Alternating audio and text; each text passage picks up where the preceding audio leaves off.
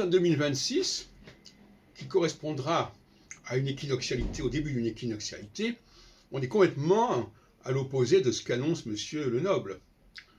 2026, ce sera un moment relativement serein, avec des phénomènes de réconciliation, des projets d'alliance, d'union générale, globale, un peu comme en 51-54 pour l'Union européenne.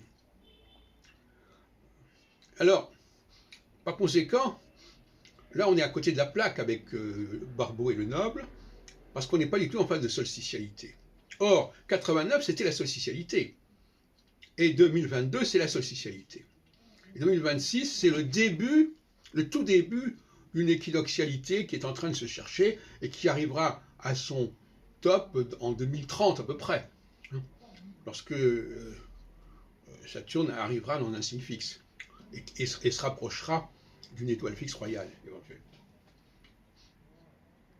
Donc là, on va vers un flop complet au niveau des prévisions de crise.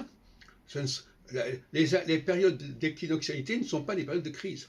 Ce sont des périodes, au contraire, où les gens dépassent les clivages, comme c'est fait pour l'Union européenne en 1957 avec le traité de Rome.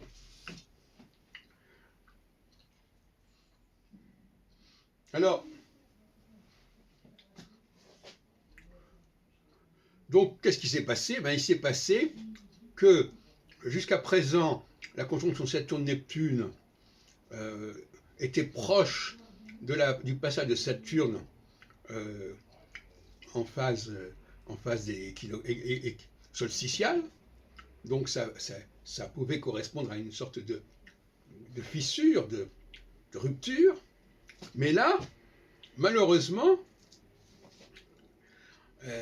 d'abord, avec la conjonction Saturne-Neptune, on n'arrive pas à rendre compte de ce qui se passe en 2022. Et deuxièmement, on va le faire beaucoup trop tard, et deuxièmement, on donne rendez-vous en 2026, alors qu'on sera non plus en phase solsticiale, mais en phase équinoxiale. Alors là, il y a du dégât.